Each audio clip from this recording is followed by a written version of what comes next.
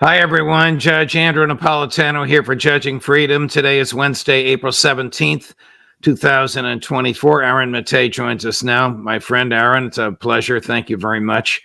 The Wall Street Journal reports this morning a bitter and what they call irreconcilable differences in the Israeli war cabinet between Prime Minister Netanyahu and his publicly known adversary, Benny Gantz, and the defense minister, Gallant. Can you enlighten us at all on this and let us know if, in your view, it is deleterious to Israel or normal for Israeli politics? It is normal because these are all people who want power, and Netanyahu's rivals, who also serve in his government, recognize that he is in trouble. He faced corruption allegations before October 7th. He faced massive protests in the streets over his attempts to control the Israeli judiciary. And so they're seeing now, more than 6 months into this genocide, Israel's allies in the U.S. are voicing increasing discomfort. You have articles in Haaretz and the Wall Street Journal pointing out that Israel strategically is not winning this war. They failed to do much damage to Hamas, far less than many people, myself included, expected. And so they're taking advantage. And they're trying to, I think, maneuver to push out Netanyahu at a time when he's vulnerable. What did you expect of the Israeli military? I expected more damage too, but I don't have the granular knowledge of this that you do. Well, the one thing I was sure of, and I tweeted this on the day of October 7th, that Israel would continue its war on Palestinian civilians and punish them for what happened on October 7th, because that's what Israel's done throughout its history. You go back many years, 1967, the year when Israel took over so many Arab territories, the West Bank, Gaza, Golan Heights, and Sinai. Back then, Ariel Sharon was saying that, we have to establish our main weapon, which is their fear of us. Yitzhak Rabin, the supposed father of the Israeli peace process, said when he was defense minister during the first Intifada that Israeli soldiers cracking down on nonviolent fighters, breaking their bones, as he advised, that we were using our main weapon, which is instilling fear. So that's been a through line throughout Israeli history. And there was no doubt that once the unruly natives showed that they could resist and embarrass Israel on October 7th, the Palestinian civilians would pay the price. And I didn't foresee Israel being able to destroy so much of Gaza as they have done, because I'd have imagined that the world would have stepped in. But unfortunately, Israel's most reliable ally, the U.S., has facilitated this from the start. And when it comes to Hamas's military resistance, I knew that there'd be some resistance, but I did not expect that more than 6 months in, Hamas would still be intact. And that's a tribute to the resistance that they've put up, which continues. Just as we're speaking, Israel saying that more of its soldiers have been wounded inside Gaza. Do any of the three of them, Netanyahu, Gantz, or Gallant, truly want a ceasefire? Or are the negotiations in Cairo just a facade intended to please the United States? I think it's pretty clear that it's a facade for these people. They know that if they do not completely destroy Hamas, then this will be seen inside Israel as a strategic defeat. And they also want to buy time to not only, kill more Palestinian civilians, but make Gaza unlivable, which is another main goal of this war. That's why they've been targeting hospitals, schools, flattening all of Gaza's universities, hitting mosques, hitting churches, anything they can to make the civilians of Gaza not want to live there anymore after this genocide ends. Do you think that the United States, through intelligence, I guess CIA, was involved in the Israeli attack on the Iranian consulate in Damascus? Well, but the Biden administration claims that they had no prior knowledge, and I just find that very hard to believe. There was an article in the Wall Street Journal a few years ago pointing out that pretty much every single Israeli strike inside Syria that is targeted at Iran and its allies that operate in Syria is done with joint coordination. So the idea that for the first time that Israel acted alone in going after Iran's consulate inside Syria after so many strikes, hundreds of them, were carried out jointly between the U.S. and Israel, which is why I always refer to these strikes as U.S.-Israeli strikes inside Syria, not just Israeli, because the U.S. is so closely involved. I find it hard to believe. You never know. I mean, the problem here is Israel is so reckless and Netanyahu is so contemptuous of Biden, despite Biden's efforts to, bend over backwards to give Israel anything it wants, that, it's plausible to me that Israel could have acted alone here. But given the history of joint U.S. coordination, I would bet personally that the U.S. did have prior knowledge and maybe even have been involved. Is there any moral justification for the Israeli attack?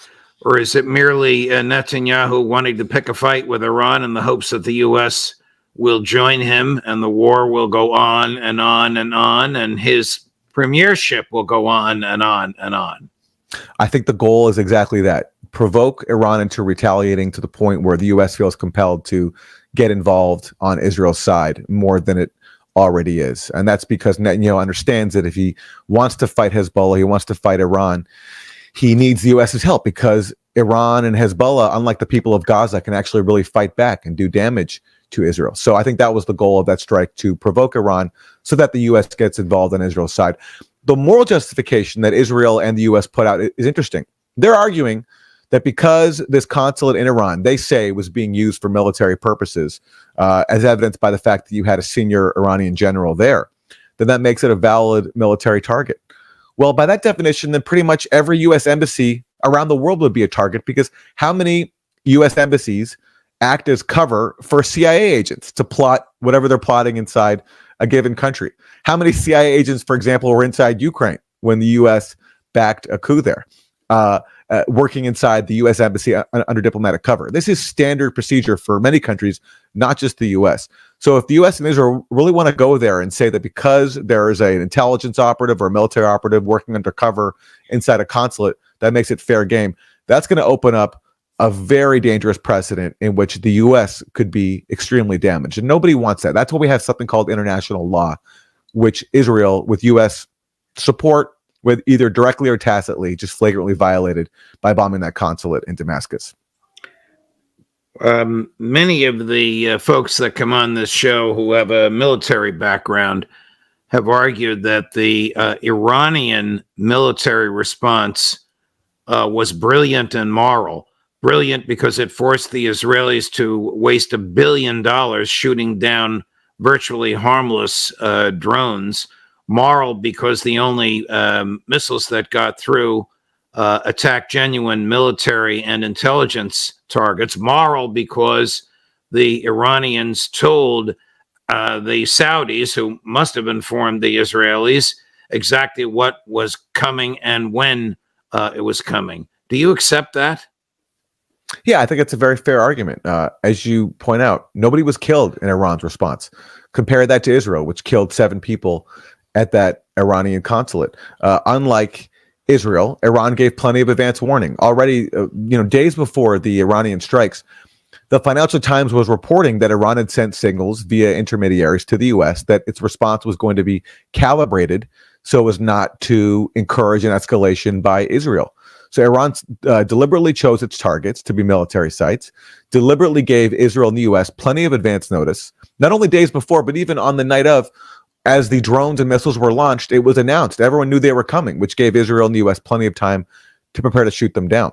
The only missiles that could not be shot down were those that hit military bases inside Israel, which hit their targets and showed Israel that if this continues, Iran has the capability to pierce their missile systems. But again, those strikes didn't kill anybody because Iran gave plenty of advance notice. And those strikes happened to target bases that were used in the operation to carry out the bombing of Syria, which triggered this whole round of escalation to begin with.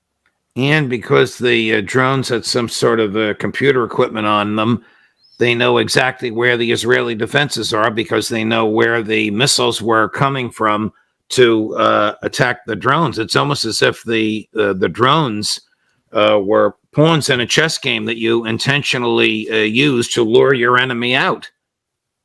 Absolutely. I heard a funny argument from Senator Marco Rubio, who said that because there was lights on these drones, that those lights, just the sight of these lit up drones, that was enough to terrorize the Israeli people. And he was so indignant that these drones that Iran launched had lights on them. Well, if you have lights on them, it also means you can see them, which makes it easier to shoot them down. But Right. Marco Rubio, so determined to defend Israeli aggression and painted as a victim, was trying to argue that by having lights on these drones, that Iran, even though these drones could easily be shot down, was terrorizing the Israeli people. He's running for a slot on the ticket with Trump, I think, and not doing a very good job. I want to play a clip. This is really absurd, but it gets more absurd. This is David Cameron, Lord David Cameron, the British foreign minister, harshly critical of the massive degree of difference between the Israeli attack in Damascus and the Iranian attack. He's not concerned about human life. He's not concerned about the sanctity of a consulate, a diplomatic consulate. He's only concerned about, well, you'll hear him, the number of drones in the air. Cut number 4. What about Iran's frustration at part of its sovereign territory being flattened? Well, I would argue there is a massive degree of difference between what Israel did in Damascus and, as I said, 301 weapons being launched by the state of Iran at the state of Israel. For the first time, a state-on-state attack. 101 ballistic missiles, 36 cruise missiles, 185 drones. That is a degree of difference. Yeah. And I think a reckless and dangerous thing for Iran to have done. And I think the whole world can see all these countries that have somehow wondered, well, you know, what is the true nature of Iran? It's there in black and white. Does he know what he's talking about? He knows full well that Israel triggered this round of escalation by bombing Iran's consulate first, and unlike Iran, actually killing people. He also knows that these drones, by virtue of them being launched from Iranian territory, maybe some were also sent from Iraq, that Israel had plenty of time to knock them down, and that Iran was just trying to show something because it had to respond to Israel bombing its consulate and killing 7 people. He knows all this, but he needs to come up with an excuse to somehow pretend as if Iran is at fault here. He says there a line about this being unprecedented for the first time, state-on-state violence. First of all, Israel's attack on the Iranian consulate itself, that was state-on-state violence because the consulate is considered sovereign Iranian territory. But well before that, Israel has carried out assassinations of Iranian scientists. It's invaded Lebanon multiple times, killing tens of thousands of people. So this idea that what Iran did in responding to Israel's attack on Iran is somehow unprecedented, it's just a farce. But this is the depth that Cameron has to go to justify the aggression that he supports. All right, we'll watch him now with her follow-up question, and you'll see him mumbling and fumbling as he attempts to answer it. Number 10. What would Britain do if a hostile nation flattened one of our consulates? Well, we would take the very strong action. And Iran would say that that's what they did? Well, what they did, as I said, was a massive attack. So they were right to respond, but they overreacted, is that what you're saying? What I'm saying is that the attack they carried out was on a very large scale, much bigger than people accepted. Did they have a right to respond? Well, countries have a right to respond. I don't think he liked those questions. He didn't, because they're premised on the assumption, which he doesn't accept, that all states have equal rights. But he doesn't see Iran as having equal rights to the UK, the US, and Israel. In his conception of the world, we have the right to carry out mass murder, to bomb consulates, to carry out airstrikes on Syria, as the UK has done over the years, and also take part in a dirty war that flooded the country with weapons, going to sectarian insurgents in a bid to overthrow the government. We have the right to do all that. They don't have the right to respond. That is his conception of how the world works. And it's exposed when you try to just apply the basic standard of, do we apply the same principles to ourselves that we apply to others? And David Cameron's answer is a resounding no. And you can see it right there on display. Here's another member of the British government in the legislative branch, a person you and I admire. I won't even tell you who it is, but you'll know in a heartbeat who it is. Cut number 5. Mr. Speaker, I knew your father well for a very long time. He was a fine man, and I am sincerely sorry for your loss. There was not one single word in the Prime Minister's statement of condemnation of the Israeli destruction of the Iranian consulate in Damascus, which is the proximate reason for the event everyone is here in concert condemning. He was not even asked to do so by the front bench opposite. Kay Burley is the only person so far to demand that of a government minister. We have no treaty with Israel, at least not one that Parliament has been shown. And the Iranians are not likely to listen to him. When Britain occupied Iran, looted its wealth, and overthrew its one democratic socialist government in my own lifetime.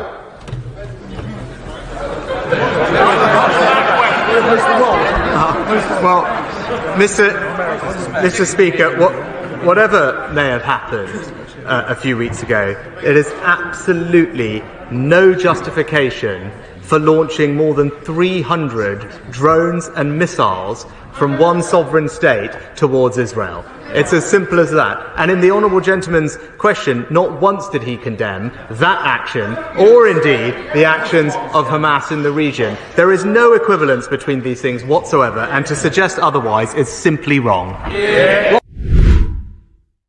Hear the great George Galloway howling in the background, but they cut his microphone off, and you can also see that Rishi Sunak and his prime minister foreign minister got their talking points down together with the same numbers.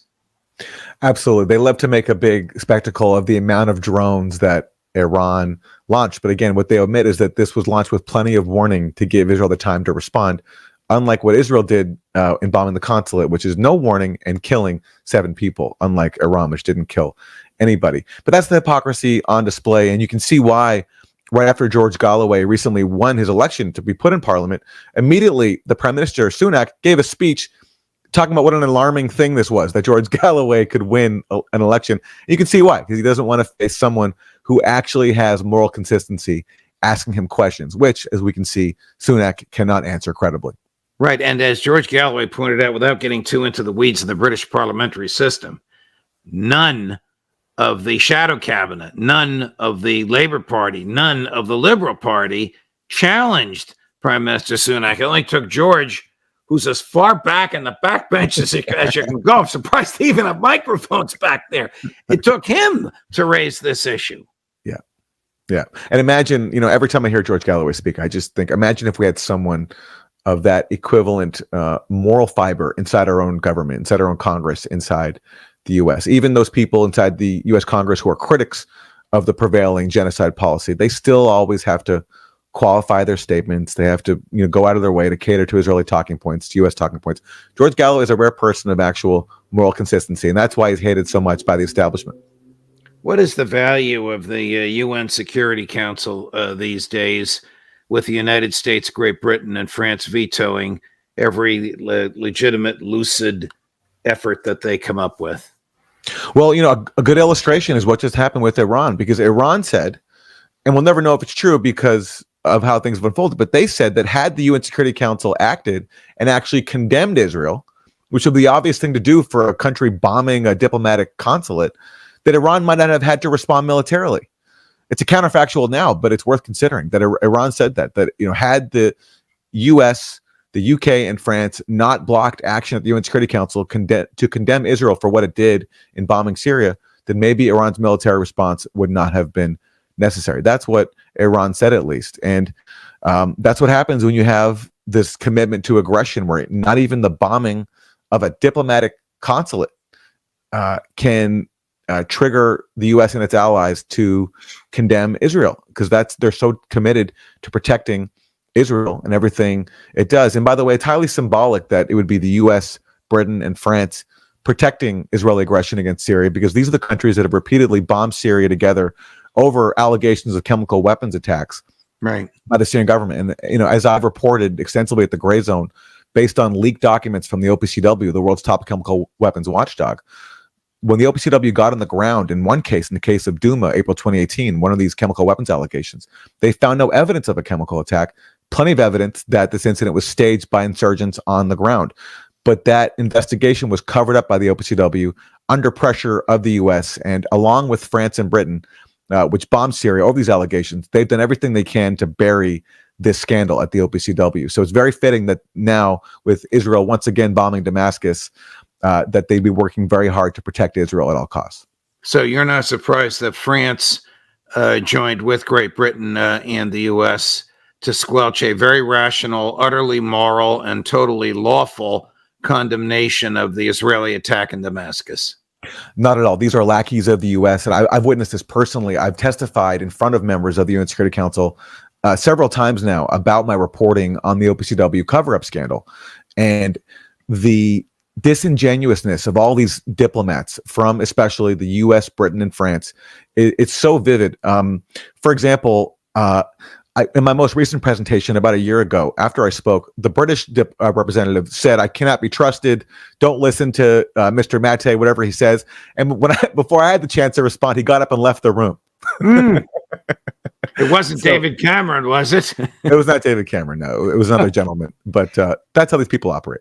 Does Joe Biden, and I'm not asking you to get into his head, Aaron, as smart as you are, I don't think anybody could do that, have any red lines beyond which the Israelis can't go before he actually does something? I know he's caught between genocide on one side of him and the need to win Michigan on the other side of him. Yeah. But does he have any red lines, moral, legal, political, military? If we go by his own words, no, because he recently said that for him, a red line would be an Israeli invasion of Rafah, but then immediately said that he would never cut off weapons to Israel. And now we get reports in the media, and actually the administration openly talking about the fact that they're coordinating with Israel in its plans to assault Rafah. So Biden's already violated his own so-called red line, and he's in keeping with what John Kirby, his spokesperson, said very early on in the Israeli mass murder campaign in Gaza. He said, he was asked if there are any red lines when it comes to Israel's conduct. John Kirby said no. What will happen in the West and in the U.S.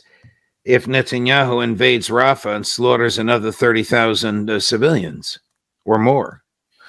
Well, what's funny is in that interview where Biden initially said he had no red lines, but then walked it back, he also said that Israel cannot kill another 30,000 Palestinians.